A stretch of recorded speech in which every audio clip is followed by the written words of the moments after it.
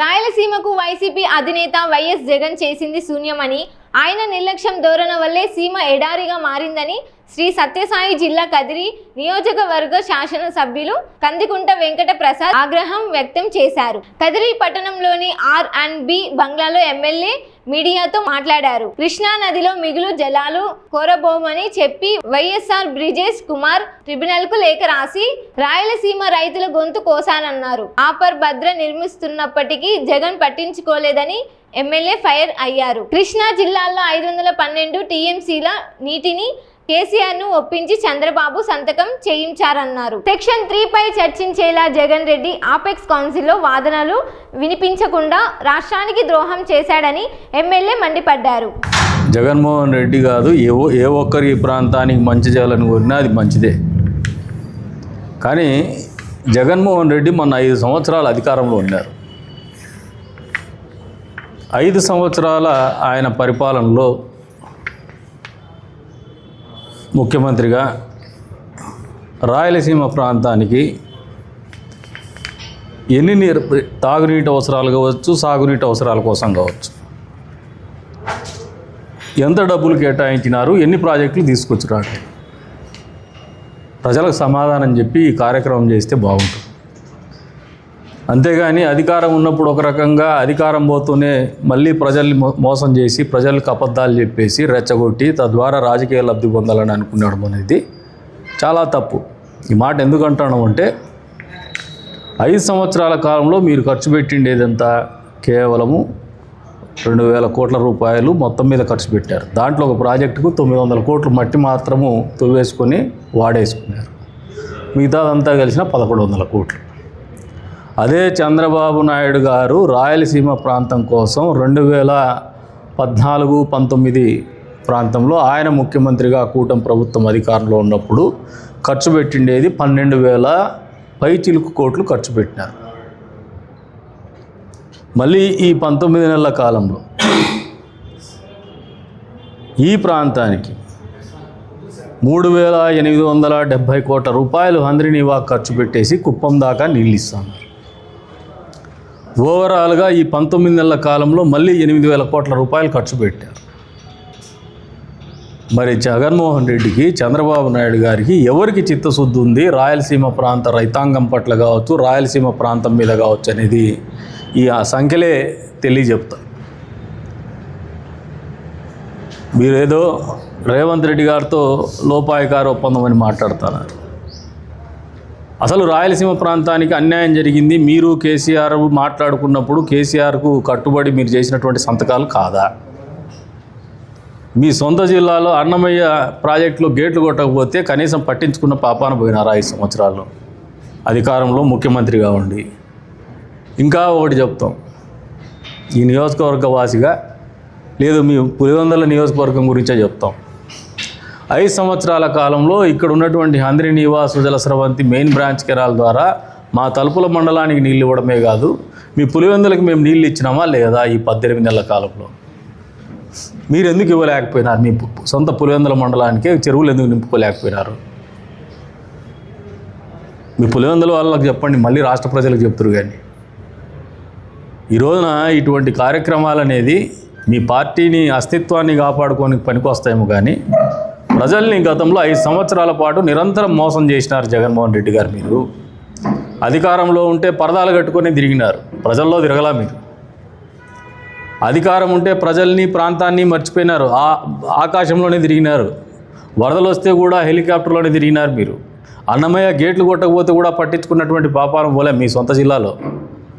మరి ఈరోజు మళ్ళీ ప్రజలకు మంచి చేస్తాను, లేదంటే రాయలసీమ ప్రాంతానికి మంచి చేస్తాను, రాయలసీమ ప్రాంతం ఒక అన్యాయం జరుగుతుందని నినదీస్తానని చెప్పేసి మాట్లాడుతున్నారు. నినదించడానికి వాస్తవానికి ఉన్నటువంటి వ్యత్యాసం స్పష్టంగా చెప్తాం. మీరు నినదించేది ఎప్పుడంటే ప్రతిపక్షంలో ఉన్నప్పుడు, వాస్తవం ఏమంటే మీరు అధికారంలో ఉంటే అస్సలు పట్టించుకోరు. అదే నినదించేది ఎప్పుడు చంద్రబాబు నాయుడు గారు అంటే మీరు అధికారంలో ఉన్నప్పుడు మీరు డబ్బు ఖర్చు పెట్టలేదని నినదించినారు. సాగునీటి ప్రాజెక్టుల మీద కదిరికి కూడా ఒక ప్రోగ్రాం వచ్చినారు. వస్తే ఆ రోజున కూడా మీరు ఫ్లెక్సీలు దించేసి దౌర్జన్యం చేసినటువంటి పరిస్థితులు కూడా ఉన్నాయి. ఈ రోజున అధికారంలోకి వచ్చినాక వాస్తవ రూపం ఏమంటే 19 నెలల కాలంలో 40 టీఎంసీల నీళ్లను డ్రా చేసి కుప్పం వరకు నీళ్ళు ఇచ్చినాం. ఇది ఒక రికార్డ్. ఇంతవరకు హంద్రీనీవాలో ఈ ప్రాంతంలో 40 టీఎంసీ వాటర్ డ్రా చేయడం అనేది ఒక రికార్డ్. ఇంకా ఒక అడుగు ముందుకేసి చంద్రబాబు నాయుడు గారు నాయకులకు అందరికీ చెప్తా ఉన్నారు, ఎమ్మెల్యేలకు కానీ మంత్రులకు కానీ ఈ ప్రాంతంలో ఇంకా ఒక 10 టీఎంసీ వరకు నీళ్ళు వాడండి, ఇంకా ఒక 10 టీఎంసీ వరకు 50 టీఎంసీ వాటర్ మీరు డ్రా చేయండి. తద్వారా ఈ ప్రాంతంలో రైతాంగానికి తాగునీళ్ళు సాగునీళ్ళకు ఇబ్బంది లేకుండా చూడండి, ప్రతి చెరువులో కూడా నీళ్ళు ఉండే రకంగా చూసుకోండి అని చెప్పేసి ఆయన ఎంటబడుతున్నాడు మాకు. అది వాస్తవం. మీ నినదించడానికి వాస్తవాలకు మా నినదించడానికి వాస్తవాలకు ఉండే తేడా స్పష్టంగా ఒక గీత గీసినట్టుంది జగన్మోహన్ రెడ్డి గారు. ప్రజలు కూడా ఆలోచన చేసుకుంటున్నారు.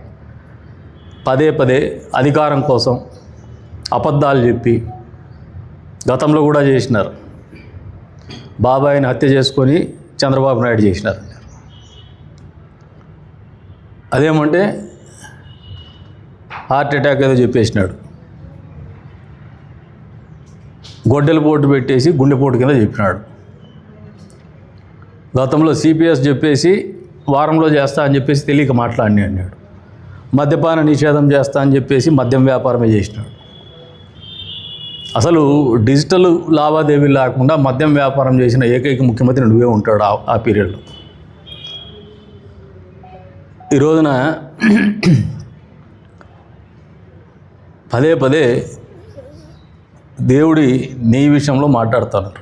అప్పన్న అనే వ్యక్తి PA to వైవి సుబ్బారెడ్డి, ఈయన వీవర్ బై కాస్ట్, ఇతనికి తల్లిదండ్రులు లేరు,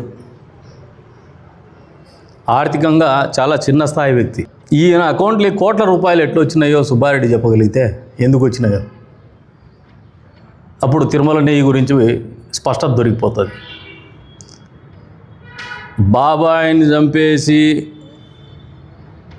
కొద్దిమందిని కాపాడేసుకున్నారు. అది లాజికల్గా కేసు కన్క్లూడ్ కాకుండా చూసుకుంటున్నారు. దీని వెనుక ఏ అదృశ్య శక్తులు ఉన్నాయో వాళ్ళే చెప్పాలి ప్రజలకి. ఇప్పుడు మళ్ళీ కల్తీ నెయ్యి వ్యవహారంలో లాజికల్గా కేసు సిబిఐ కన్క్లూడ్ చేయకుండా, ఎక్కడ దానికి తుదిరిపు రాకుండా, అంతిమ లబ్ధిదారులు ఎవరో తేల్చకుండా కేసుని ఎక్కడో చోట కన్క్లూడ్ చేసే ప్రయత్నం జరుగుతుంది. ఎందుకు ఇటువంటి ప్రయత్నాలు జరుగుతుందని వీళ్ళు తెలియజెప్పాలి. అంటే ఈయన చేసే ప్రతి ఆలోచన కానీ, జగన్మోహన్ రెడ్డి గారిది వేసే ప్రతి అడుగు కానీ మోసం, కుట్ర, విద్వేషాలు రెచ్చగొట్టడం, ప్రాంతీయ విద్వేషాలు రెచ్చగొట్టడం, మత విద్వేషాలు రెచ్చగొట్టడం, సున్నితమైనటువంటి అంశాలతో ప్రజల్ని తప్పుదోవ పట్టించడం, తద్వారా రాజకీయ లబ్ధి పొందడం అనేది సుస్పష్టంగా ఈయన పొలిటికల్ అజెండా కనపడుతోంది. అంతిమంగా ఆయన ముఖ్యమంత్రి కావాలా, మళ్ళీ దోచుకోవాలా. లక్షల కోట్లు తిన్నాడు, ఇంకా కొన్ని లక్షల కోట్లు పోగేసుకోవాలా. తద్వారా ఆయనకు ఎదురు తిరిగే వాళ్ళు పదే పదే చెప్తున్నాడు, మళ్ళీ మాకు అవకాశం వస్తే మీ పరిస్థితి ఎట్లుంటుందో చూసుకొని బెదిరిస్తాడు. మళ్ళీ పదే పదే చెప్తున్నాం జగన్మోహన్ రెడ్డికి వాళ్ళ పార్టీ వాళ్ళకి, అయ్యా ప్రజలకు మంచి చేస్తామంటేనే ఓట్లు వేసే ఆలోచన చేస్తారయ్యా గుణగణాలన్నీ. ఒకసారి ఉలిక్కి పడిపోయినారు, నీ దెబ్బకు 5 సంవత్సరాలు మోసపోయినా ఒకసారి అవకాశం అంటే ఏంది రా అని చెప్తే ఈరోజు మళ్ళీ ఉద్యోగస్తులు ఉలిక్కి పడుతూ ఉన్నారు. నీ పరిపాలన చూసి మళ్ళీ బ్రాందీ షాపుల దగ్గర క్యూలు మెయింటైన్ చేయిస్తావో, బాత్రూంలే గడిగిస్తావో, లేదంటే ఈ రాష్ట్రంలో ఉద్యోగస్తుల్ని వాళ్ళ జీతభత్యాలు బోర్డు పెట్టిస్తావో, మళ్ళీ ఏ రకమైనటువంటి తంతు తలతెక్కే వారం చేస్తావని చెప్పేసి భయపడిపోతూ ఉన్నారు. మాట ఎత్తే బటన్ ఒత్తినా అన్నారు. మాట ఎత్తే ఏందో అపర భగీరథుడు మాదిరి మాట్లాడతారు.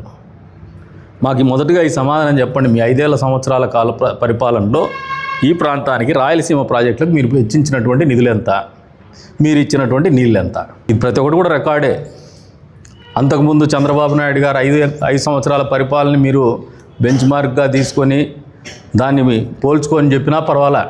లేదు 19 నెలల ఈ పరిపాలనలో ప్రోరేటా బేసిస్లో 5 సంవత్సరాలు ఈ 19 నెలలు పోల్చుకొని చెప్పినా పర్వాలే.